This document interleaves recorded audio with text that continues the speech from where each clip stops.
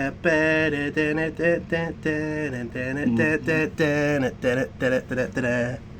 right, welcome to another episode of the Around the 412 Fantasy Football Podcast. I'm your host, Smitty. With me again this week is Donnie Drew, and Donnie was not here last week, so I went solo. It was only like a 25-minute show. You see how much time I cut down doing this? Dude, I'm weighing you down, man. What am I doing here? No, I was just running through stuff. And also, I didn't do like one of the segments or something like that anyway. So, but anyway, we're back this week. The dynamic duo ready for the first week of playoffs for most people. Just depending on how your league's set up, obviously. But I know for me, I'm in the playoffs this week in all four of my leagues. I had a fantasy team that went 5-8, and I'm in the playoffs just due to points. So, incredibly top-heavy team. There were two teams that only had one loss. So, yeah, that's kind of how it shook out. Yeah, it's nuts. Yeah. There was shout to Logan Bell. He sent me a tweet of somebody that said they went 2-11 in their league, but since they were the highest total scorer by 3 points, they got a spot in the playoffs. How were they the highest total scorer? See, that's what I'm saying. Wow. He said he had the worst head-to-head matchups. Yeah, I want to find this dude and ask to see his schedule because that's absolutely nuts. That's historic. That dude literally might have made history. Yeah. Anyway, Around the 412 is part of the PodHub Network. You can go to the PodHub Network and check us out. Check out all the other great shows. Check out the social medias at podhubnetwork.com and at PodHub Network on Twitter, Instagram, yada, yada, yada. Around the 412 is sponsored by Keats Barbershop. Keats Barbershop is an old-fashioned barbershop located at 180 Brighton Avenue in Rochester, PA. Open 10 to 7 Tuesday through Friday and 9 to 4 on Saturday. Every Tuesday, Christian Circle, the owner and operator there, does $5 off for military personnel, first responders, nurses, and he's also got Teach Christmas Drive going on right now. You get $5 off a haircut if you bring in a monetary donation, toy, clothes, whatever it might be. Everything that you donate goes to the Children's Hospital in Pittsburgh. So, pretty cool there. And then, of course, going along with the Christmas theme, man, time is winding down. 1 week from Saturday is the last day to get involved with Walking Around the 412 Year 2. We have hit our goal already. Shout out to Beefy's Church. We actually were able to find 3 families, so we got our families set in stone there. Super excited for this year. Like I said, we already hit our goals, so a week from Saturday we're going to be picking the names for all the prizes. We got 6 jerseys, 3 sets of tickets, $50 Total Sports gift card, a jersey. I don't know if I'm missing anything. I think that's it. But anyway, ton of great prizes, and you're obviously donating to a great cause if you know anything about the mission that we're doing this year. As I mentioned, 3 families, so with whatever money's raised, every single dollar there is going to these families to give the kids of those families the Christmas they deserve. We don't take a single dollar from it, and we provide the money for all the prizes for you guys for donating. So that's our contribution for you guys contributing to make Christmas great for these kids. So shout out to everybody that's already donated, and please continue to share. And if you have $1 to give it. With that being said, we can kind of jump right into it. Donnie and I were brainstorming here. Unfortunately, we didn't in time think of a great segment to add to the show for playoff time. Maybe next week we'll throw in something new for you guys. But anyway, we got the basic stuff for you, the top 5s for each of us, the waiver wire, studs and duds. Donnie's going to bring you a little injury report, and then, of course, the over-under. So jump right into it with our top 5 quarterbacks. It's funny because, it's just last week. I even said myself, and going back to when we were both on here the last time together, we both agree that, excuse me, my mic is doing something weird right now. We both agree that Lamar Jackson's pretty much QB1 forever and always. And the thing about that is, I don't know if he is for me this week.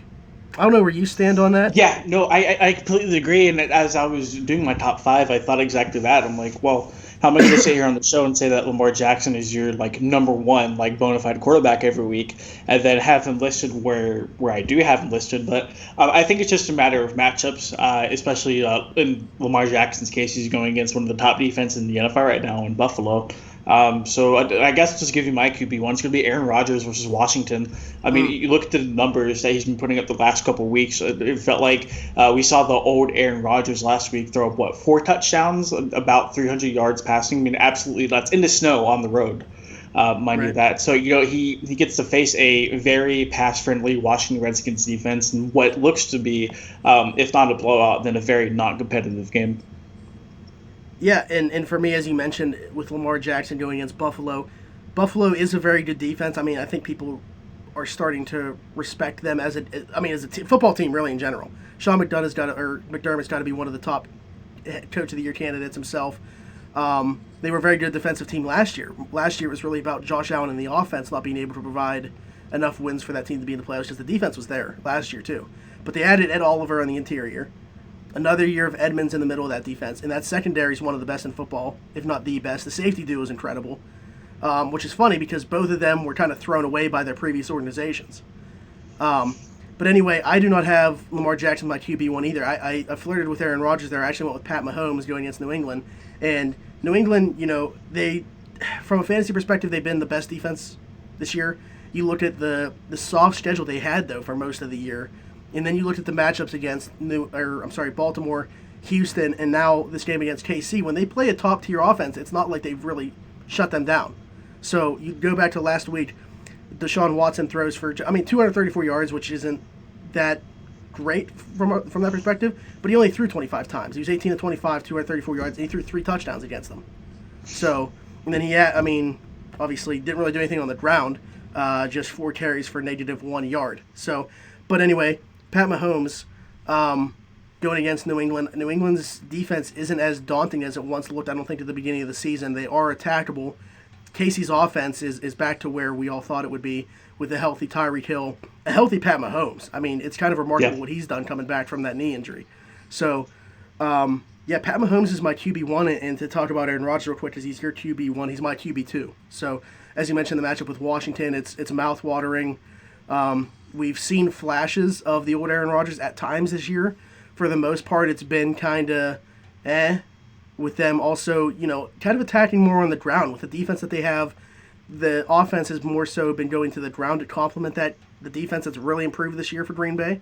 But Aaron Rodgers at times is still like the old Aaron Rodgers, and one of those games was last week, so you kind of just think that's going to continue against a very poor Washington Redskins defense. Yeah, at least you would certainly hope so. It seems like he pops off, and if Aaron Jones isn't scoring 4 touchdowns a game, so it kind of makes sense mathematically wise. My quarterback too is going to be Russell Wilson versus the Los Angeles Rams this week. So Wilson, he's been obviously the MVP candidate in real life NFL, and he's also been a very reliable fantasy quarterback as well. I have him listed over Patrick Mahomes and Lamar Jackson since he's QB2. I just really like the upside. I don't think this Rams defense is everything everybody thought it would be, even with Aaron Donald, even with the addition of Jalen Ramsey via trade this season. The Rams feels like they haven't been able to stop anybody. You could look to the game last week where they played against the Arizona Cardinals, but the Cardinals kind of look like a JV team compared to the rest of the NFL right now. So I think Russell Wilson's going to take full advantage of the Rams defense, and he's been putting up multiple 20-point games the last 3 or 4 weeks. Yeah, it's kind of, I wasn't expecting this from the Rams defense, especially once they got Jalen Ramsey. I was expecting that'd be a much improved unit, but the way that they're using him is just odd. He's not following around top receivers. They're playing a lot of zone, and I don't get what they're doing on the defensive side of the football. But yeah, Russell Wilson had a field day. Unpredictably for me, Kyler Murray did not have a field day against them. LA actually played a really solid game against Arizona. But I'm with you in thinking, Russell Wilson's a top 5 play for me every week. I have him at number 4 this week. So, I could definitely, and he's another guy that, kind of adds something with his legs as well. I'm not sure exactly where Tyler Lockett is health-wise because he hasn't been the same type of player these last couple of weeks. Yeah, he's been really disappointing for fantasy players the last 2 or 3 weeks. Yeah. But still, Russell Wilson, as you mentioned, he has a safe floor at the very least. So, if you have Russell Wilson on your roster, you're playing him regardless, and he's always going to be a top 5 guy because of that floor. My QB, as I mentioned, he's my QB4. So my QB3 right before him is Lamar Jackson, just getting back to the floor. Even in a tough matchup against Buffalo, preventing him from being the quarterback 1 for me, I still have him in my top 5 and as my number 3 because of the floor that he brings. We'll see what the weather conditions are like. Buffalo's defense is obviously very good, but you can still count on Lamar. I almost said Russell Wilson just as we were just talking about him. On Lamar Jackson running for in the area of 50 yards, and then whatever he's going to throw for, and you can probably bank on a couple touchdowns. So, once again, that high floor is what makes him a top 5 play every single week. Yeah, so I also have Jackson at 3, conveniently. So exactly what you said. His floor is phenomenal. Sure, he might not be passing for 300 yards every week like a lot of your like prototypical fantasy quarterbacks do, but when you're picking up 90 yards on the ground alone, almost on like a week-to-week basis, it's something really phenomenal. We were concerned about what Lamar Jackson would look like going into the San Francisco game, and Lamar Jackson had another typical Lamar Jackson game in fashion. So I think really at this point, it's not a matter of like who's lining up against him. More to your point, it's more so the possible weather factors that might factor in, and that it just might depend on like personnel and coaching as well. But yeah, Jackson at 3 for me going against the Buffalo Bills. I was really hesitant to put him at 1 or 2, but I mean, you can't ignore the floor that he has. Yeah. And I forgot to mention with Deshaun Watson against New England last week, he caught a touchdown. So yeah, thank God. I really needed actually a passing touchdown from Hopkins. Yeah, and that's actually my QB5, and I went back and forth with this because Denver has allowed the 4th fewest points to quarterbacks this year from a fantasy perspective, but I just have trouble keeping Deshaun Watson on my top 5, especially coming off 4 touchdowns against the Patriots. I mean, I understand that Denver's good with the 4th least points, but they've also haven't been too good in the red zone. So once the Texans get in the red zone, Deshaun Watson's likely to be able to eat there. The Broncos, it's kind of weird. I was looking at the numbers, and like I mentioned, they give up the 4th fewest points. But once teams get into the red zone, they typically give up a touchdown and aren't able to hold a team to a field goal. So, go figure. I don't know what that is about, but Deshaun Watson's going to be a top 5 play for me most weeks. Comes in right at number 5. Yeah, Watkins also at number 5 for me. I had Patrick Mahomes versus New England at number 4. When you had him just a little bit higher. Yeah, I feel like we always have the same guys, just a little different mix and variation. But if Deshaun Watson can do what he did against New England last week, there's no reason to think that Mahomes can't go in there and not do it, Yeah. It's like, as you mentioned, like having the same top 5, it's a top 5 that you would expect to have kind of coming into the season minus Lamar Jackson. I mean, 4 of those guys you thought would be there anyway. And who's one guy that's missing that you thought would be there each week? Maybe like Andrew Luck. Yeah, Andrew Luck before retirement. Maybe Drew Brees in that offense. Yep. Yeah. Brees, Brady for a lot of people because Brady had a really good fantasy season last year. Yeah. Matt Ryan. Yeah. I mean, we were talking about at the beginning of the year how for as low as people are on Matt Ryan, he's able to he's a good fantasy quarterback. Throw away the real life perspective, but yeah. All right. So moving on to running backs, I don't even know if we need to say who our number 1 is. Nope. Christian McCaffrey goes against Atlanta this week. He's pretty much running back 1 every week, as we will continue to say on here. Even with the coaching change, it is maybe going to be a little interesting to see if there is any difference in usage there, or how they are going to game plan or whatever. But Christian McCaffrey's RB1 for me for the rest of his football playing career. No, I'm just kidding. Yeah, no, it really might be if his usage keeps up. I'm looking at the numbers for McCaffrey right now, and I don't know about Yahoo leagues, but in ESPN leagues, he scored about 17 points, and that was the first time he hit under 20 points since week 2. Wow. Which is nuts. Absolutely bananas. Like, a terrible week for Christian McCaffrey is a really solid week for 9 out of 10 other running backs. Mm-hmm. So that's definitely a testament to his production.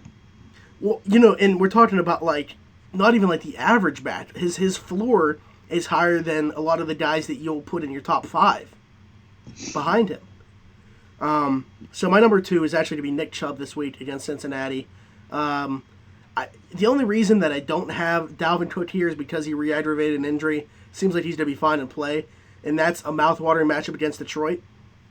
But just because there is a little bit of concern there, I opted with Nick Chubb against Cincinnati. Cincinnati, obviously a great matchup. I'm not sure where Cleveland's mindset is going to be coming off that crushing defeat in Pittsburgh. They're really not playing for a whole lot. They have a 6% chance of making the playoffs at this point. So it'll be interesting to see, where morale is and how they game plan to go into this game, which is pretty much a cupcake game. But do they even want to win at this point? If you're not going to make the playoffs, why not try to lose as many games as you can and improve your draft stock? So We'll see. So if I actually read a number to where if they win, the Steelers lose, and I think another team loses. I don't know if it's like the Colts or somebody else. Their playoff chances actually go up to 62%. 62. Wow, from Yeah. 6. Right. Yeah. So who do the Colts play? Someone in the NFC, I'm pretty sure. Yeah, the Buccaneers. Gotcha. And Titans and Raiders play each other. So obviously, one of the Titans and Raiders are going to lose unless they tie. And those are two teams that are in front of Cleveland. So, yeah, I mean, Cleveland they don't have a reason to pack it in yet. But it's just, I can't believe that it jumps that 56% in that scenario. Yeah. Nuts. I saw it on Twitter. I forgot who originally reported it, but yeah, my mind blown whenever I saw that. Yeah. But anyway, yeah, Nick Chubb's my RB2. Yeah, Chubb's actually RB3 for me. I was talking to you about my RB2 before we started the show. Saquon Barkley versus Philadelphia. He's without a doubt had a very disappointing fantasy season, but I'm of the mindset that he's really back to back this week. Philly's defense is not all that impressed with both pass and run. Eli Manning looks like he's going to get to start after Daniel Jones is hurt, and Eli Manning did very nice things for Saquon Barkley fantasy purpose wise, both last year and a little bit this year. So really hoping that Eli Magic will just check down Saquon and kind of banking on that this week. So how about this? I do not have Saquon Barkley in my top 5. Dude, that's totally understandable. Totally. I am putting myself on a hill right now, and we'll see what it looks like after Monday night. Yeah. RB3 for me, as I just mentioned, and it's only I dropped him one spot because of a little bit of an injury that he re-aggravated on Monday night. But he himself said he's going to be fine. Looks like he's going to play through whatever it is Dalvin Cook against Detroit. Good as a matchup as you can get for a running back. The bottom 5 in pretty much everything defensively. And Dalvin Cook, who's having a fantastic season, as of right now, actually somehow leads Christian McCaffrey in Pro Bowl voting at the running back position. Really? So, yeah. On the latest update, he's number 1 and McCaffrey's number 2. But, yeah, Dalvin Cook having a fantastic season, and I think that it continues so long as that, I don't know if it's a chest injury or shoulder, combination of the two, whatever it is, holds up. Juicy matchup here against Detroit. Yeah, I'm not super sure if he'll be able to, stay healthy because, like Logan Bell pointed out, before he actually got hurt and went out of the game, he was holding on to his shoulder after one of the plays, and then sure enough, later in that game, Cook went down. So I actually don't have him in my top 5 because of that. If he does play, I'm not super sure he's going to be utilized a whole bunch. So, I hope he does. I never hope, or wish injury upon anybody. But Nick Chubb is my RB3 going against the Cincinnati Bengals. Just a piss poor defense, man. I mean, defenses have been able to carve the Bengals up left and right this year. Chubb is the workhorse back, even though Kareem Hunt started to make a little bit of noise back there as well. But Chubb's usually good for 20 touches a game, and he's usually good for a score game, whether it be on the ground or through the air. So I really like Nick Chubb this week. My RB4 is going to be Leonard Fournette versus the Chargers. I say it every week, but Fournette gets the workload, and he has probably 20 to 25 touches a game, which is super ideal for a fantasy running back. So, as long as the Jaguars are led by Gardner Minshew, which they said they're making a quarterback switch this week, I think they'll really look to help Minshew out by running the ball, and with that, Fournette's going to get some points. Yeah, I actually have Leonard Fournette as my RB4 too. Hey. But real quick, going back to Dalvin Cook, you almost wonder if it even makes sense to throw him out there in a game where you're favored by 13 points at home against the Lions. And you have a very capable back in Madison as well, who's shown a lot of flashes. And actually, if we knew that Cook wasn't going to play, be limited, whatever, he would be an RB1 this week probably. So he's a top waiver wire addition. He's actually, spoiler alert, I've already brought his name up, so you could probably tell my waiver wire ad at that position. But yeah, if Dalvin Cook plays, I have him as a top 5 pick just because of the production this year. If he doesn't, I think Madison is pretty close to top 10 just because of the matchup and what he's shown in limited time this year. Yeah, completely agree. So Madison's actually one of the big popular waiver wire pickups around the league exactly for that reason you just said. If Cook does play, a lot of people think that he might be just used as a ghost or a decoy. Okay, and rounding out my top 5 with the month that he's had, we're at the beginning of December now, but the past month that he just had, he's got to be in my top 5 again for another week. Derrick Henry here. going against Oakland. The last month of the season, and it kind of coincides with Tennessee turning it on, Ryan Tannehill with the quarterback switch that they made that really just turned Tennessee's season around. It all kind of coincides together, and the Titans are in the thick of a playoff race now, and Derrick Henry's a huge part of that. I mean, quite literally a huge part of that, because the man is a monster. After Tannehill took over the starting quarterback role, the Titans are actually the second highest scoring offense in the league. Yeah. Wow. And just say it's funny that Corey Davis has been like no part of that. Right, yeah, everybody expecting Corey Davis to have a big year, but I feel like A.J. Brown's been more involved in the offense than he has. Yep.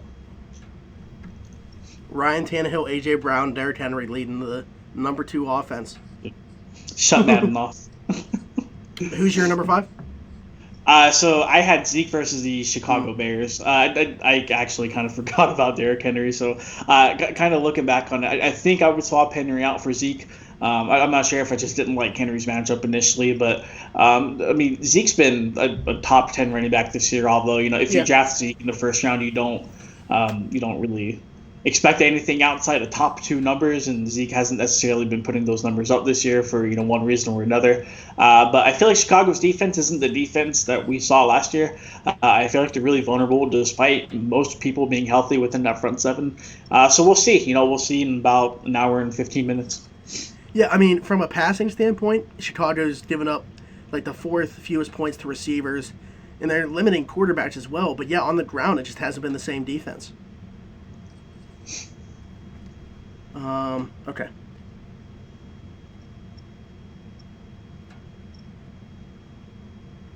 Can you hear me? Yeah, I can hear you. Okay. It was like dead air for a second. All right, so top receivers. Wide receiver 1. Tough matchup here, honestly. He's going to match up with San Fran, but Michael Thomas is my wide receiver 1. I mean, we could talk about it week in and week out. He's having a historic season. But yeah, I really don't have much else to say other than why wouldn't he be my wide receiver 1? Yeah, even with a tough matchup like the 49ers secondary, he's still going to get that high volume that Michael Thomas gets every week. So as long as Drew Brees is healthy, and even looking back at that, Teddy Bridgewater is slinging the ball to Michael Thomas on a week-to-week basis. So I feel like it doesn't matter who's on defense or who's throwing him the football. Michael Thomas is going to eat. Yeah. So I'm assuming that's your wide receiver 1? Yes. Oh, yeah. Sorry. Okay. Wide receiver 2 for me is going to be Devontae Adams against Washington. As you mentioned, the mouthwatering matchup that Aaron Rodgers has. Devontae Adams is his top target. Hasn't gotten into the end zone a whole lot this year, which is kind of surprising because he had been a touchdown monster in previous years. I'm going to go ahead and say he finds the end zone this week and goes over 100 yards, as he has been doing at a decent rate since coming back from that toe injury. I think he's done it twice, but yeah, I like Devontae Adams here. Rodgers is your QB1. If he's going to put up QB1 numbers, who's going to be the guy that he's going to the most? Yeah, Devontae, No, that completely makes sense. I actually don't have Devontae in my top 5. My wide receiver number 2 is actually a guy you love in a matchup you actually love for this guy. It's going to be Julio Jones versus the Carolina Panthers. I was sitting here making my top 5, and as soon as I put Julio down, it just had that Smitty voice in my head. Hey, Julio loves playing the Panthers. And, after looking back at some of his numbers, I definitely had to agree with you, so I put him there at my number 2 spot. Okay. My wide receiver 3, I had trouble with this because I've constantly had this dude as a top 3 receiver, but he hasn't always warranted it week in and week out. But I'm sticking with my guy, DeAndre Hopkins, going against the Broncos this week as my wide receiver 3. Purely just off talent. I'm curious to see, is it going to be Chris Harris a lot or what Denver does with him, how they match up with him defensively. But regardless, I have Deshaun Watson as the top 5 play at quarterback. And if he's going to put up top 5 numbers, DeAndre Hopkins is probably a top 5 at receiver. So, yeah, it only makes sense. Hopkins is actually my receiver 4. My wide receiver 3 is going to be Chris Godwin versus the Indianapolis Colts. As a Mike Evans owner, that really pains me to say because it actually cost me a fantasy matchup 2 weeks ago whenever Godwin popped off. But I feel like the Colts are going to stick their best corner, Pierre Desir, on Mike Evans. Tampa Bay, Jameis Winston seems like he hates Mike Evans at times. I don't know what it is. I don't know why Evans isn't getting the big numbers that Chris Godwin is, but for whatever reason, Godwin is the guy in Tampa Bay to own right now. So he's my wide receiver 3. Like I talked about just a little bit ago, DeAndre Hopkins is my wide receiver 4 for the exact same reason that you had listed. It's DeAndre Hopkins. As long as he has Deshaun Watson throwing him the ball, as long as Hopkins still has the powerful dreads and he's got one of the best route running skills in the league, you got to roll him out in your top 5. Yeah, and Godwin's my wide receiver 4. So just flip flop. Now, who's number 5 for you? Because I feel like we're gonna have different ones. So the last time you were on here, you threw this guy in the top 5. I think it was the first time he was in the top 5. DJ Moore against Atlanta. Mm-hmm. Interesting. Yeah, are you sold on the DJ Moore train now? Yeah, I mean, I've liked him over Samuel in Carolina.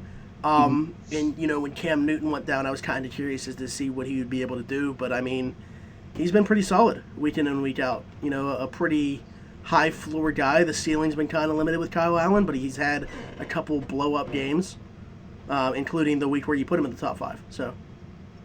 Yeah, definitely.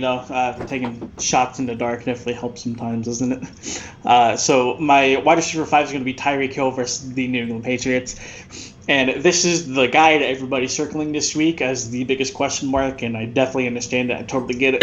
Stephon Gilmore is one of the best cornerbacks in the league, if not the best. The Patriots do a pretty good job on Tyreek Hill. Whenever they last played in the playoffs, Tyreek Hill had 1 reception for 42 yards. But there is one thing you can't control, and that is speed. And I feel like Tyreek Hill is one of the fastest guys in the NFL, so it doesn't matter who you put on him. If you send Tyreek Hill on a go route, he's usually going to come down with the ball. Yeah, I actually had him in my top 5 originally, and I took him out for DJ Moore kind of at the last second today. So. Interesting. Yeah, no, totally get it. I understand the people not wanting to take a risk on Hill, but that's Tyreek Hill. He's a very boomer bust player a lot of weeks. Word. Yeah, and the thing is, like, I'm not even worried. I mean, obviously the matchup kind of plays into it, but Tyreek Hill obviously we're getting pretty late in the season. From here on out would probably be a top 5 play for me just because of the Chiefs' offense being fully healthy. Like, regardless of who they're playing against, Tyreek Hill really just needs one play to be a top 5 receiver that week. Yeah, and if you're in the fantasy playoffs, you're not going to sit the horse that got you there, in a sense, So it's not like you're going to be benching Tyreek Hill unless you play in like a 4-man league and you have phenomenal matchups everywhere. But no, you just got to, trust Tyreek Hill's going to go out there and do what he does. And, he does a very good job of having Patrick Mahomes throw a ball and letting him run underneath it and grab it for a touchdown. You said about a 4-team league and, like, just trying to think of like a stacked receiving core. I'm trying to think which league I have my best receiving core in. It's probably in the league that I went 5 and 8. I have Devontae Adams, Cooper Kupp, and Amari Cooper. And I feel like that should be That's pretty nice. But Jared Goff has limited Cooper Kupp. At least the first couple weeks he was blowing up, but like as of late it's kind of been hit or miss. And Cooper had a game where he had 0 catches against Gilmore. Yep. So.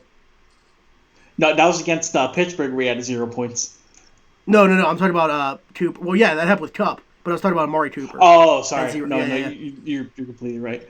Yeah, both Cooper and Amari Cooper. Yeah, I said roller Cooper. Coaster seasons. Yeah, that was one of the guy's first names, but the other's last name. I kind of forgot about that. Okay, so moving on to top 5 tight ends. Is this guy coming back for sure or what? Austin Hooper. We don't know. So he was actually in my injury report that you had teased earlier. Yeah. So he's like questionable. So he's been very limited in practice. So the status of him is really truly unknown. That will be the same for Julio Jones and Calvin Ridley as well. So worst comes to worst, the Falcons are going to be without a lot of their big key players come this Sunday.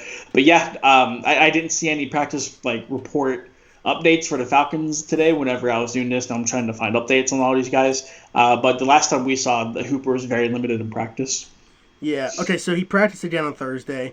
Likely to earn another limited tag. He's fully on track to return from his 3-game absence, according to this. Hooper immediately slots back in as a top 8 tight end option with top 3 upside. And the reason I ask is because if he's out there, he's actually my tight end 1. Ooh. He's averaging the most points per game among tight ends this year. Obviously, a 3-game absence, he's not the leading scorer at that position, but on a point per game basis, he's the leader. I am a huge fan of Austin Hooper. I actually have a league where I have him and Kittle, and I'm gonna have to play one of them in my flex as long as they're both out there. But I absolutely love Austin Hooper going against Carolina here, which is kind of like a middle of the pack matchup for tight ends. But I think that when he comes back, they're going to want to get him involved. Obviously, in the red zone, he's a monster. So, as long as he's out there, he's my top tight end. Yeah, Austin Hooper is undoubtedly in our top 5 every week if he's healthy. I factored him not being healthy into my top 5 this week, so unfortunately I don't have him. So, we'll see if he plays. If he does play, I completely agree with you. He's got to be tight end 1 if, barely not 2 or 3. My tight end 1 this week is going to be George Kittle versus the New Orleans Saints. I think by now he's established that he's far and away the best tight end in the league, both passing and running, contrary to what other though he can't analysts block, say. apparently. Even though he can't block, yeah. Kittle just gets it done, Garoppolo isn't the best quarterback in the league, but he does a damn good job of getting George Kittle the ball on a week-to-week basis. And, that's a big testament to Kyle Shanahan and his game scheming. And it really doesn't make sense that one of the most productive tight ends comes with one of the most offensive rushing attacks in the league. That could be the same for Baltimore as well, because a lot of people have Mark Andrews as one of the top tight ends in the league. And, just think about that and how often the Ravens rush the ball. So kind of weird, but yeah, I'll end my rant. Kittle's number 1 for me. I have Kittle at number 2. It has nothing. I just love Austin Hooper that much. It has nothing to do with the injury stuff. He is playing with a broken bone in his ankle, but it's insane. He hasn't looked slowed at all by that. I am a huge Kittle fan. Most weeks he is my tight end 1. So once again, here the top tight ends have pretty bad matchups this week, honestly. But regardless of that, there's a couple guys that are always going to be matchup proof. Kittle falls into that category. He's my tight end 2. Good deal. Yeah, my tight end 2 is going to be Darren Waller versus the Tennessee Titans. If we want to talk about tight ends, and if there were to be a tight end MVP, race just for that position, Darren Waller would certainly be up there. He has carried the Oklahoma Raiders, the Oakland Raiders, to a handful of wins this year single-handedly. So he seems to be one of the few guys that Derek Carr trusts to throw the ball to, and we certainly see that in his numbers on a week-to-week basis. I don't think the Raiders are going to have a great time trying to establish the run against the Titans front 7, so I think they're going to try to look to Darren Waller early and often. Speaking of Oklahoma, I got Mark Andrews as my tight end 3 here. Going against Buffalo, we mentioned how good of a defense that is. I think that they're going to be able to limit the big play against the Ravens, and I think that honestly Baltimore's going to get most of its damage done on the ground. But I think that Mark Andrews on some short routes in the middle of the field is going to get his numbers. Tight end 3 for me this week. Travis Kelce is going to be my tight end 3. Another tough matchup, like you said. A lot of the big guys have tough matchups this week. I just feel like Kelsey's one of those guys. You just have to roll out there and see what he does, regardless of the matchup. Kelsey's been a viable option for Mahomes ever since Mahomes has been starting there. So no matter matchup, you got to think that Mahomes is going to connect with him at least a couple times. Yeah, he's my tight end 4. As I mentioned, the KC offense really starting to hum. Everybody's healthy now. It's obviously a tough matchup with New England, but Tyreek Hill's going to take the top off that defense, and Travis Kelce will be able to do his work underneath. And it's not that Travis Kelce himself can't stretch the field as well, but I think that they're going to be focusing on limiting that big play from Tyreek Hill, and Travis Kelce will get his numbers there. And there's enough room for both those guys to eat. Patrick Mahomes, that entire offense is really starting to put it all together, which is why I actually have KC going to New England this week and winning. Ooh. Interesting. Yeah, that should be a really good game for people to watch, so I'm excited. My tight end 4 is going to be Hunter Henry versus the Jacksonville Jaguars. I'll sing it to the mountaintops every week. Hunter Henry, when healthy, is a phenomenal tight end. Ever since he came back from injury, he's been a top 5 fantasy tight end since that week. I'm not crazy in love with the matchup. I don't think Jacksonville's defense is any pushover defense, but you have to think that Hunter Henry at least can physically dominate some people and can get the ball in the red zone. Yeah, but Jacksonville also did just lose another big piece today, and Miles Jack didn't put on IR. That is true. Yep, got put on IR. And then rounding out my top 5 is going to be a guy that you already mentioned, Darren Waller, going against Tennessee. Tyrell Williams has not been the receiver that we thought he'd be. Obviously, Antonio Brown could have maybe affected that because if Tyrell Williams was not having that same attention. Hunter Renfrow is out for the year at this point. So really, it's just the Darren Waller show in the Oakland passing game, and not that the Oakland passing game has been great by any stretch these last couple of weeks, but Darren Waller being the focal point of that offense at the tight end position. As you mentioned, he's been the best surprise at that position. If you took him, he was probably your second tight end, or he was undrafted, and you've just been able to reap the benefits of picking him up and taking a chance on him, which is actually exactly what the Raiders did as an organization, because this guy had some ups and downs, with the Ravens and everything like that to start his career, kind of thrown away by them. Not their fault, obviously, as an organization. It was kind of his fault that everything that happened got himself in some trouble. But, he's really kind of reestablished himself in Oakland, and you could argue that he's already a top 10 tight end. I mean, definitely a top 10 tight end in the league. Yeah. Top 8. Yeah. Yeah, top 8 is definitely where you start to get into that fringe discussion. You're going to have to pull out the numbers for those kind of things. But, I completely agree. You can't blame the Ravens for what they did. It's all on Darren Waller. And it's really nice to see that he's kind of, improved his life and has become, what he wanted to be in the league. So my tight end 5 round, this is going to be your boy Mark Andrews versus the Buffalo Bills.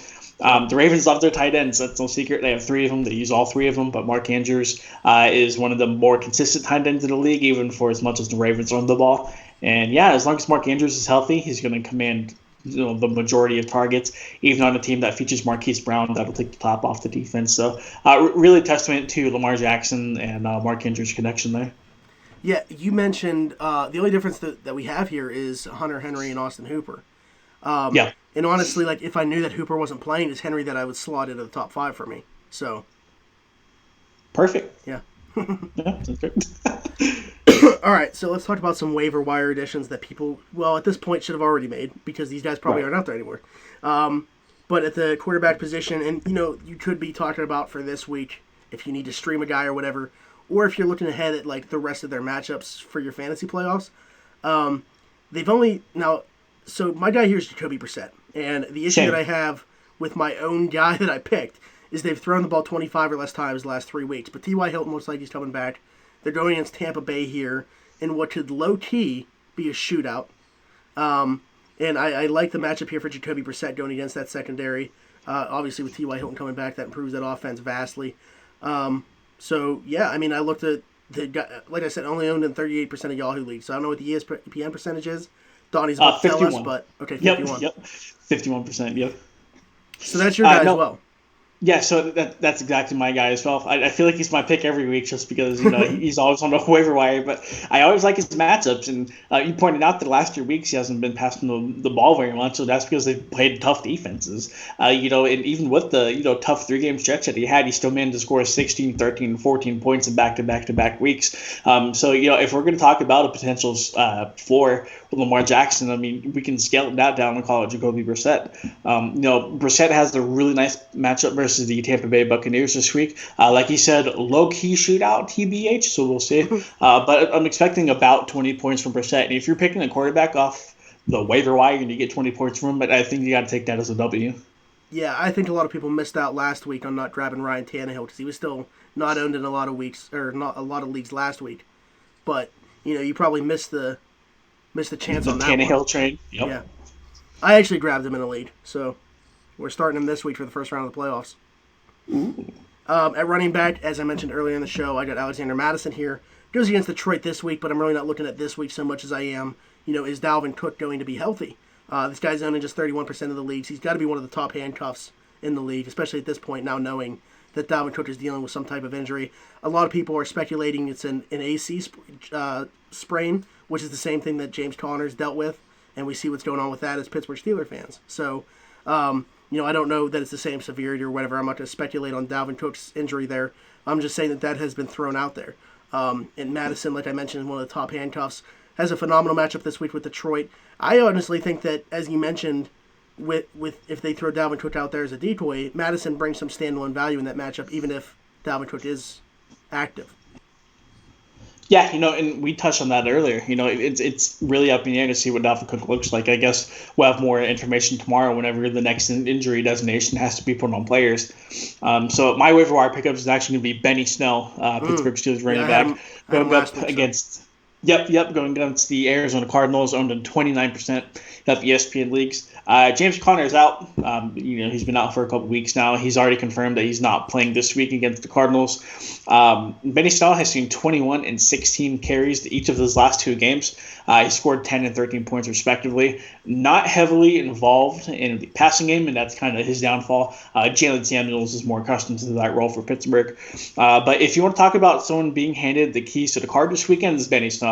I feel like if Benny Snell starts the game well and has like solid couple runs like we've seen him do the last 2 weeks, then they're just going to ride him. They have a third-string quarterback. They're on the road on the West Coast where they historically don't play well. They're going to have to establish some sort of offensive rhythm, and I feel like that could potentially be through Benny Snell this weekend.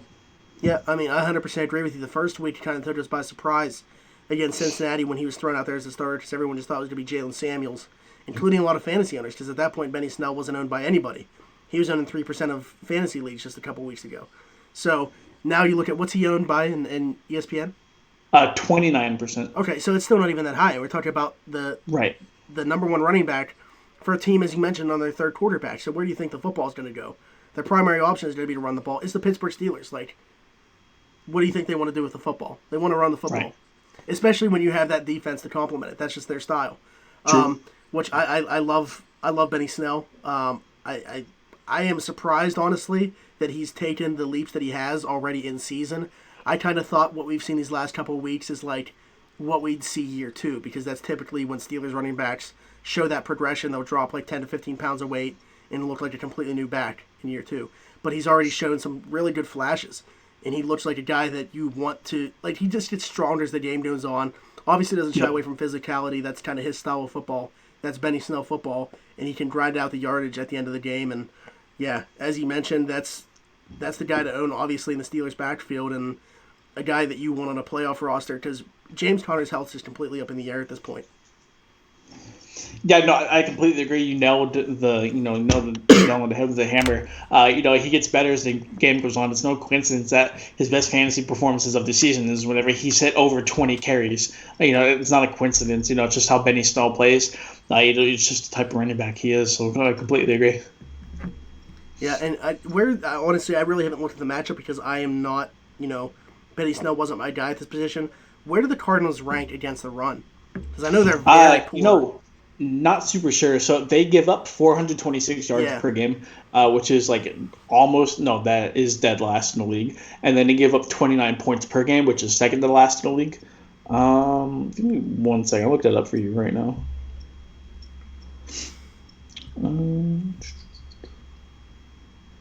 Okay, well, just from a fantasy perspective, they are 20. They give up the 10th most to running backs. So. Gotcha, good look. Yeah, I'm not able to find it right now. So, but from like a real life perspective, in terms of rushing yards, rushing touchdowns, I'm not exactly sure. But yeah, bet you're getting a starting running back going against a bottom 10 fantasy defense against the run. Yeah, you have to love the matchup, and if you're able to get that on waiver wire, he's owned in 29% of leagues. I mean, if you're scourging the waiver wire, it's got to be one of your best matchups. Yeah, I'm actually contemplating playing him because I have him on my bench. And he's now projected 11.5. Interesting. Who's the other running backs? Zeke, who I can't take out really. Josh Jacobs these last couple weeks has been meh. Yeah. He has 10 points and 4.5. And then, like I said, that's my 2 tight end lead. So as of right now, I would have Kittle and Hooper if Hooper plays. But I'm tempted to throw him in that flex. And play the running back. I would keep Hooper in play, then if he doesn't play, I'd throw Benny in there. Interesting. Yeah, I have some time to think about it. Obviously, I'm not taking Zeke out. Zeke's playing tonight, so. Yeah. Yeah, you're married to your stars, and that's kind of the hit or miss thing of fantasy football. So yeah, obviously Saquon Barkley playoffs, but yep, exactly. Alvin Kamara. Exactly. So my waiver wide receiver is going to be Robbie Anderson. He's owned in 47% of leagues. It really seems like him and Sam Darnold have gotten it together the last couple of weeks. He's scored 18 and 17 fantasy points respectively the last 2 weeks. They're playing against the Miami Dolphins, which obviously we don't have to say. They give up about 15 yards per catch to receivers, which is absolutely bananas. So if trends continue like they do, in fantasy football, it's a really big kind of medium for trends. Robbie Anderson's going to have himself another great game. So under 47% of leagues, if you need receiver help, go pick him up right now. My guy, we've kind of touched on the offensive situation with Austin Hooper, Julio Jones, even Calvin Ridley. Russell Gage, owning just 11% of fantasy leagues, Yahoo fantasy leagues, scored a touchdown on Thanksgiving, actually. I have him actually on one of my rosters right now, just to see how the Atlanta offense is going to shake out this week with all the injuries, all the questionable tags being thrown around there. Because I'm a Julio owner, so that was my insurance Gotcha. there. Yep. As I mentioned, just 11% of Yahoo leagues, and let's see what he did. I know he scored a touchdown. I think he had somewhere around 50 yards as well. I was going to say, you're digging deep on the waiver this week, huh? Well, I mean, even his last two, he had 15 and a half the week before. So, 5 catches, 52 yards, and a touchdown. The week before, he had 8 catches for 76. So, yeah, especially in a PPR league. So he's only started, and they really put him into like a starting role 2 weeks ago, and in both weeks he's eclipsed 10 targets. So, and impressive. If you can get double-digit targets off the waiver wire, you got to be happy with that, regardless of the outcome. Right. Tight end, I am going with Jonnu Smith against Oakland. Hasn't been heavily involved in the Tennessee offense. As we mentioned, that's they want to run the ball, but Tannehill has really changed that offense. They are able to throw the ball. I mean, A.J. Brown has really been the wide receiver one there, taking over the role that we thought Corey Davis would have. But Jonnu Smith with a good matchup here against Oakland, they give up a ton of points to tight ends. He's only owned in 14% of the leagues, so I feel like if you're throwing a dart, this isn't a bad one to throw. I completely agree. Ever since Delaney Walker's been on, Jonnu Smith has done a phenomenal job of stepping in and filling the shoes of Delaney Walker. My tight end is going to be Jack Doyle, owned in 50% of ESPN leagues. Eric Ebron is done for the season, and Jack Doyle got the green light last week and took off, found the end zone, ended up with 19 fantasy points. So he faces a very leaky Tampa Bay defense this week. So all signs point to Jack Doyle having another great game. Yeah, with Ebron on the shelf in that matchup, he's almost like a borderline top 5 play. He's probably somewhere around like 7 or 8. Yep, and Matthew Berry called him a top 10 fantasy tight end for the rest of the season moving forward in the playoffs, especially if they're Ebron hurt as well. So Ebron was very off and on this year, but it looks like Jack Doyle was stepping up and definitely making the most of his chance. You just wonder how different it would have been with Luck, because look at Luck and Ebron last year. Yeah. And you're a Ebron owner this year, correct? No, I don't have him. I did take him. You owned him last year. No, I did draft him, but I had him last year. I drafted him this year, not as my tight end 1. I drafted him as my tight end 2, and then Luck retired after my draft, and I dropped him. I knew that wasn't going to be. He wasn't going to have the same usage. Smart man. So studs and duds of the week. My studs of the week are going to be Mitch Trubisky at quarterback. He scored 28.92. That dude just won Air Player of the Week. I don't know how the hell it happened. Yeah, I don't know either. We're trying to see if Russia interfered with that election or not. So, I mean, it's insane. Honestly, it was actually a relatively popular MVP pick coming into the season. Yeah, Trubisky has not been the quarterback everybody thought he was going to be. So, it's even got to the point where people have circled the Bears as a potential Cam Newton landing spot for destination. But that's another topic for another day. Mm-hmm. At the running back position, James White almost scored 40 points. Dude. 37.7 in their last game, which was an L. They took an L to Houston, but James White still got his numbers. Yeah, Pat's turned it on late in the third quarter, and I was going to say a lot of that was garbage time, and you could say the same thing for Tom Brady, who ended up throwing for over 300 yards and had 3 touchdowns. But at the wide receiver position, I think is it finally time? Devontae Parker scored 34.9 points. This is a guy that talked about his entire career has been potential. It's been upside. None of it's come to fruition. All of a sudden, Ryan Fitzpatrick these last couple of weeks has really gotten Devontae Parker going. Yeah, he's looking every bit of the receiver he looked like he was going to be coming out of Louisville. And I picked Devontae Parker up on the waiver wire, but I ended up not starting him, and I lost by like 6 points this week. Oh, so, wow. Yeah. Hate to see it. Really do. And then at the tight end position, Tyler Higbee randomly just scored 23.7 points. The second tight end for the Rams. If you're a Gerald Everett owner, you're probably pretty upset about this. But Tyler Higbee randomly pops off. Yeah, Everett was healthy too. Everett's he's been struggling with his health a little bit the last couple of weeks, but apparently he was fully healthy this week. And yeah, it was Tyler Higbee who got his phone number called up. Okay, looking at my duds of the week, two of these guys are just, simply for the usage that they have and the way that their teams played without them, guys that might have 8 instead of them. But let's start off with Kyler Murray at the quarterback position because he only scored 7.3. I had him as a top 5 play last week. Going against the Rams, seeing the way that Lamar Jackson put up numbers against the Rams, I wasn't expecting Kyler Murray to do the exact same thing. But he's kind of like Lamar Jackson, like he fits that same mold. And I thought that he would definitely be able to put up numbers against that exact same defense 1 week later. That was not the case at all. So 7.32 points for Kyler Murray in that game. At the running back position, Sony Michel, mainly because, look at what James White did. Sony Michel only scored 4.5. He's the touchdown-dependent back in that backfield. James White has really become the guy to own in the PPR leagues, and Sony Michel is just like, hey, throw him out there if you have to, maybe he scores a touchdown. He's just a low-end flex player at this point, nothing more, which is kind of a shame, coming out of Georgia as a first-round pick. But wide receiver, Corey Davis, we kind of talked about what Tennessee's offense has been doing, and he has been no part of it. He scored 3.3 points last week. He's kind of been left in the dust when you look at that Tennessee offense, what they've done without him. So it's really just it's this another first-round pick, too. So, and then tight end, George Kittle, only scored 3.4 points last week. You can attribute a lot of that to the weather conditions.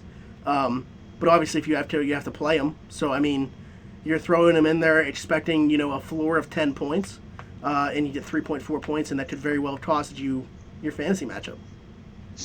Yeah, it's getting the crunch time for a lot of people as well, so that might have cost you the playoff season, just depending on what league you're in. But like you said, it's a damned if you do, damned if you don't. If you're a George Kittle owner, you're not going to sit him necessarily unless you have just another phenomenal tight end matchup you're banking on. But yeah, it sucks. It's fantasy football, though. Right. So did you want to give the people your injury report? Yeah, let's run through it. I figured, fantasy playoffs are coming up. It's a really important time for fantasy football players, and us as people who have a podcast to really hammer down and give the people what they want per se. James Conner, we talked about earlier this week, is out. He's not playing. It looks like it's going to take him at least another week for him to come back. So, like I said, Benny Stone's on the waiver wire, going to pick him up. Jordan Howard still hasn't been cleared to come back from his injury either. So it looks like another potential Miles Sanders week coming in Philadelphia. Darrell Williams, the Kansas City Chiefs running back, just went on IR. So if you're a LaShawn McCoy owner, you're probably pretty happy right now. Williams is starting to work a little bit into the rotation before he got put on IR. Yep.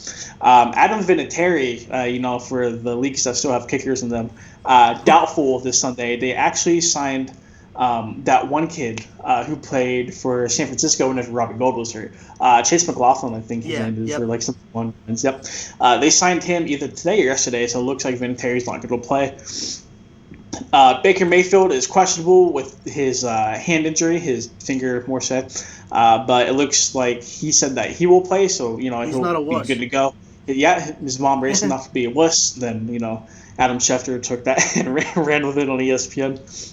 Dalvin Cook talked about him a little bit, questionable, but he said as soon as that game was over that he's going to go for next week. We'll see if he still feels the same. He's officially labeled as questionable, but you got to take the guy's word for it. So it looks like he'll be able to suit up.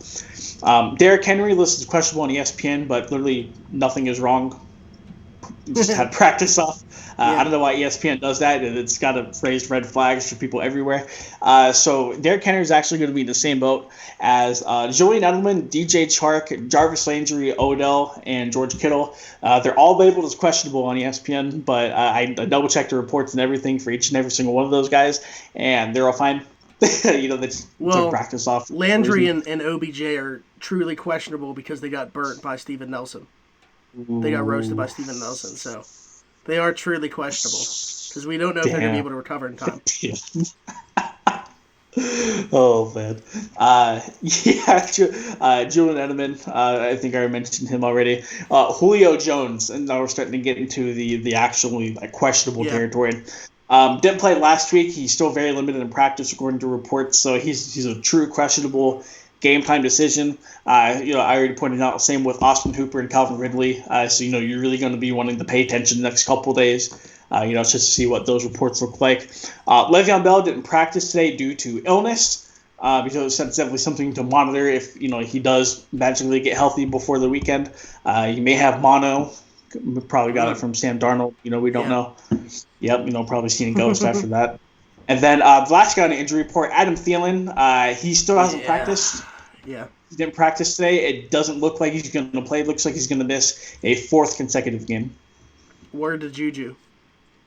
Yep, word to Juju as well. There's a lot of speculation about Juju's injury. Them keeping it under the wraps, and he's not even going to come back this year. Really? Yeah, Steelers reporter Mark Toboli threw out there that he's not expecting him back until the playoffs at minimum. He's not sure he's coming back this year. Interesting. I know. I saw Mark Madden say he tripped over his Xbox. Thought that was interesting. Oh my god. Yeah. The dude being hurt's a joking matter. Yeah. Unbelievable. I know that he is running straight. He's still not doing any turns or any type of routes like that, but he's just running straight. So, I mean that's a good sign. But if he's not running any routes or not able to get in or out of breaks, that makes me think it's more of a ligament thing inside of his knee more than anything. Yeah, I don't know how he hasn't just been straight up rolled out already. Because they rolled out Connor for Arizona. Yeah. But, yeah, we can definitively say on here that Juju's not coming back against Arizona. Not a bad bet. All right, so, there's the injury report. My must-starts for the week, I'll just run through my guys. Aaron Rodgers going against Washington, as we mentioned. It's a mouth-watering matchup. Aaron Rodgers coming off one of his two best performances of the season last week. Derrick Henry going against Oakland. The past month that he's had has been ridiculous. I think he continues it. DJ Moore going against Atlanta. Love the matchup here for one.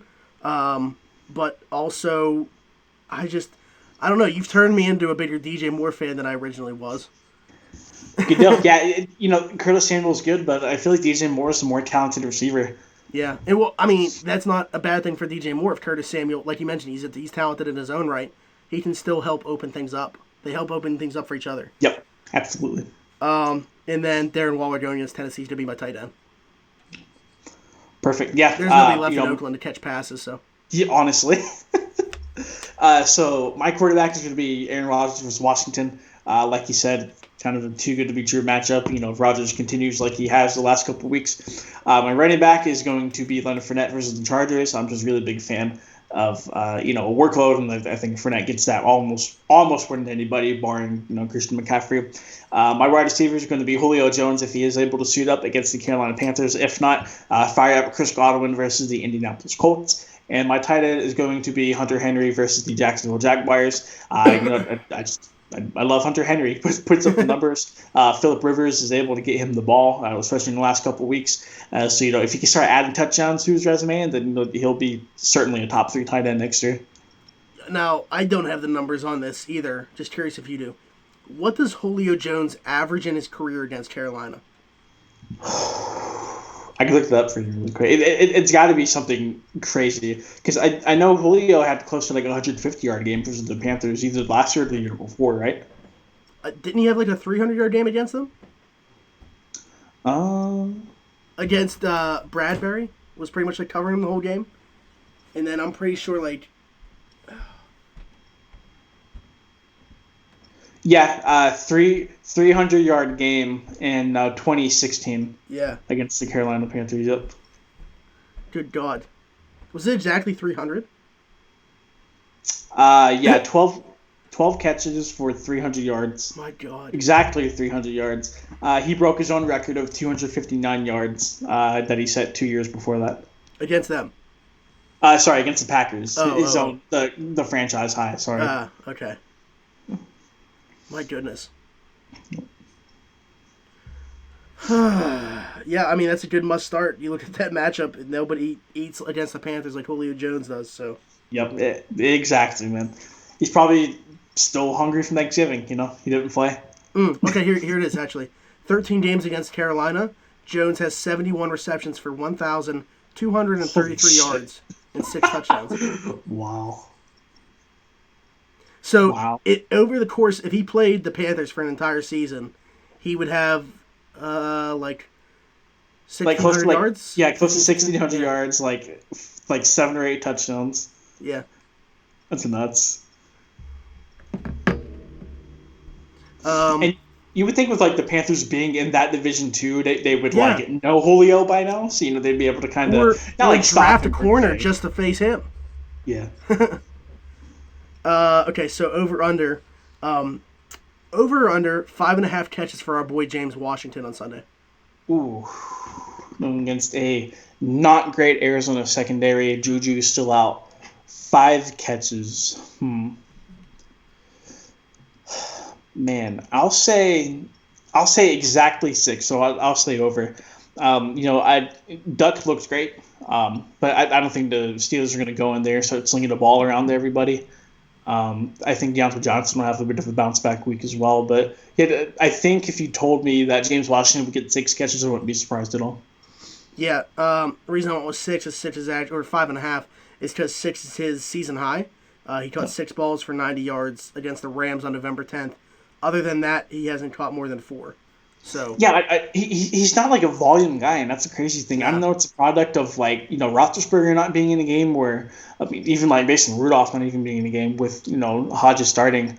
But he's definitely more of to take the top off the defense, deep threat kind of guy. He's not the inside route runner. That some people think Deontay Johnson is. But he does have 90 yards or a touchdown in 3 or 4 games. That's pretty impressive. So, yeah. All while having 6 catches or under. So, I'll take it. Yeah, that's their big play threat. You're talking about a guy that's averaging about 20 yards per reception over the last 4 weeks. Yeah. All right. So I'll run through mine. We can go back and forth if we want. So a quarterback over under. Patrick Mahomes over under 30 fantasy points versus the Patriots this week. 30? 30. Okay. I want to see something. The reason why I ask is because Deshaun Watson put up 34 that's what against him last week. He put up 30, That's what I was looking at. Okay, 31.86. I think that he has a similar passing week, but I don't think he catches the touchdown. So that's where I'm. Yeah.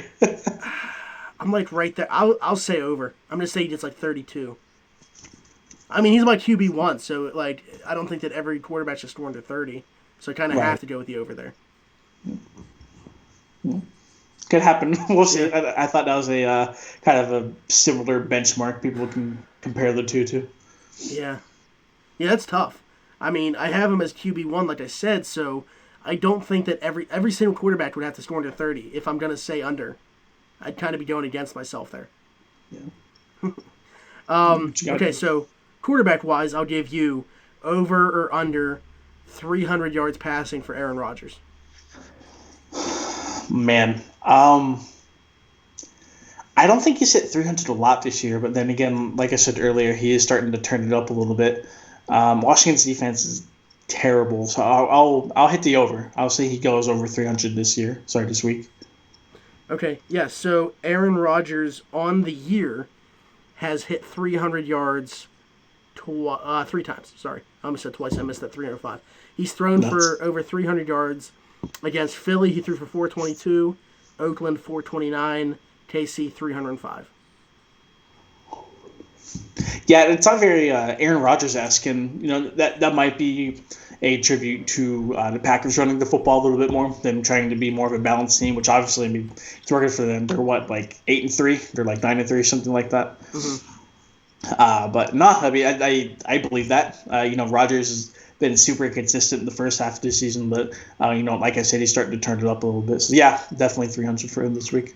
He also only has more than 25 completions once on the year. Really? And it was in that Philly game where he threw for 422. Yeah. Weird. Let's see. All right, my running back over under for you is going to be Alvin Kamara. Over under 17 and a half touches. Oh, I thought you were going to say fantasy points. I was going to say under. I'm going to say under. So a tough matchup this week with the San Francisco 49ers defense. So the 17 and a half number comes from his average amount of touches the last 4 weeks. Okay, and how many times out of so what do those weeks look like though? Like what's the breakdown there? Do you know? Yeah, because I'm curious based off because we're talking about how good of a matchup. I mean, how good of a defense San Francisco is. So I'm curious as to like out of those matchups when they played a tougher defense, what the breakdown was in that game. So the last 4 weeks, they really haven't played like a super tough defense. They played Atlanta twice, Tampa Bay once, and Carolina once. Yeah. His point totals in those games. Yeah, so his point totals in those games were 15 and 12 against Atlanta, 19 against Carolina, and then 22 versus Tampa Bay. Wow. Okay. I still like my under. I think that Latavius Murray's more involved than typical, honestly. Yeah, if you want to just go like strictly like front seven wise, I know it kind of trashed their defense a little bit earlier, but the Rams still have like a pretty solid front seven. Only 7 points there against them early in the season, and then Jacksonville had 13. He had 13 points against Jacksonville in Week 6. Yeah, I don't know. I don't like that. I don't like that number for him, honestly. Yeah, I gotta agree. I hit the under as well. Who was my running back one? Right. 120 total yards for Derrick Henry against Oakland. Well, I put him as a top 5. Sorry, no, I didn't. I had him right out in the top 5. You said total yards, right? Yes. That's tough. Is he heavily involved in the passing game in Tennessee? Because I know his rushing statistics, but I don't know about his like receiving at all. Yeah, so Dion Lewis is there, which is like but yeah. So on the year he only has 17 receptions for 200 yards. The most he's had is 3. But one of those was last week. I'm gonna say under. I'm gonna say right under. I think he hits that sweet spot between like anywhere between 85 to like 110. I think he'll land just right there, right shy of it. Okay. Yeah, last 3 weeks just rushing, he has 188, 159, 149. That's nuts, man. Yeah. But also you could argue that's not sustainable. So yeah, that was my argument for Derrick Henry coming into this year. I was not a big fan of Derrick Henry. I didn't think he would carry over that momentum that he had in the latter part of last year, but he's gone bonkers this year. So I mean, he proved me right. So if he does go over 120, I wouldn't be surprised. Yeah. Okay. All right. Who has more fantasy points this week? This would be for the wide receiver position. Chiefs going up against the Patriots. Who has more, Tyreek Hill or Sammy Watkins? I feel like this is a trap question. No, I think Tyreek Hill gets at least one big play. Tyreek Hill still to me is going to be the focal point. I'm going to say Tyreek Hill. Yeah, so but like I pointed out in their playoff matchup last year, Tyreek Hill had 1 catch for 42 yards. So if you're going off of the he's at least going to have one big play, you're absolutely right. The one play you did have was for 42 yards. Sammy Watkins led the team in receiving yards. He had 4 receptions for 114 yards that day. In the AFC Championship? Yes. Wow. I would have guessed Travis Kelce, but. Kelsey had 23 yards. He did score a touchdown, though. He scored that's why they lost. Chiefs only receiving. Yep. Not that offsides at the end of the game. Nope, not at all. It was the lack of involvement from Kelsey and Tyreek Hill. Okay, tight end. Darren Waller, over under 7.5 targets. Not receptions, just targets. They're playing Tennessee. They are. I'll go over. I just feel like that's such a skeleton depth chart, like receiving wise for the Raiders. That why not feed it to him? He's been phenomenal this year. Yeah, he has 87 targets on the year, so. That's fucking crazy. Wow. Yeah, 66 receptions on 87 targets. He's gonna hit 100 before the season's over too. Mm-hmm. And he's got 807 receiving yards, so he should come close to. I mean, if he averages 50 yards a game over the rest of the season, he'll be at 1,000. So. Props to him. Yeah. That's crazy. My tight end over under might trigger a lot of people with this name, but OJ Howard over under 10 fantasy. Yeah, really. Over under 10 fantasy points. So if he does hit over double-digit fantasy points this week, it'd be the first time this entire season where he's hit double digits in consecutive weeks. No, yeah, I'm saying under. Yeah, I can't buy into it, man. I really like OJ Howard coming out. It's not even that I don't like him now. It's just whatever it is in that offense, it's not working. There's too many mouths to feed, and they're not capable of doing it. I feel the same way about their quarterback. So Yeah. All right. Well, you got anything else? No, I think that's it. It's a big week for everybody. Next week it's even a bigger week for everybody. So we'll definitely we'll come prepared like we did this week. And I think today we had a really good episode, but I feel like next week we're just going to hammer it home for a bunch of people. Yeah. We got to win some championships, and then we expect people to send us money for doing so. It's actually, Cash App around the 412. All right, so with that being said, we actually, depending on how Donnie and I are going to have a conversation here soon, we might have some news for everybody next week as well. So look forward to that. And, of course, we'll put it on Twitter as well. If anybody, whether you're watching, not watching, listening back to us on Spotify, iHeartRadio, iTunes, whatever you listen on, head on over to twitch.tv/aroundthe412. Hit the notification so you can come and join us to get ready for your playoff matchups next week. Ask some questions, interact with us. Follow us at Around the 412, at Z23Smitty, at Donnie Druin. Follow Pod Hub Network. We are part of the Pod Hub Network, along with a bunch of other great podcasts. Go to podhubnetwork.com, check us out, and all those other shows. Check out the social media at Pod Hub Network. We are sponsored by Keats Barbershop, located at 180 Brighton Avenue in Rochester, PA. Open 10 to 7 Tuesday through Friday, and Saturday 9 to 4. Christian Circle, the owner, operator, barber, do-it-all man there, offers $5 off military personnel, first responders, and nurses every single Tuesday. And he's got Keats Christmas Drive going on right now where he's doing $5 off for anybody that brings in any toys, monetary donations, clothes, etc. And keeping in with the Christmas spirit, we got Rock Around the 412 Year 2 running for a week and 2 days. And by the time people are listening to this, Thursday's probably over, so a week and a day. Next Saturday, we're going to be wrapping things up, get your donations in, get eligible for those prizes. We got a bunch of jerseys, tickets, gift cards, whatever you want, sports related, we probably got. So get in on the action. It's going to a great cause. Families that are less fortunate at Christmas time, it's going to go to the kids to ensure that they have a great Christmas this year. So with that being said, it's been Smitty and Donnie, another week at Around the 412 Fantasy Football Show, and we'll talk to you next week. Bye-bye.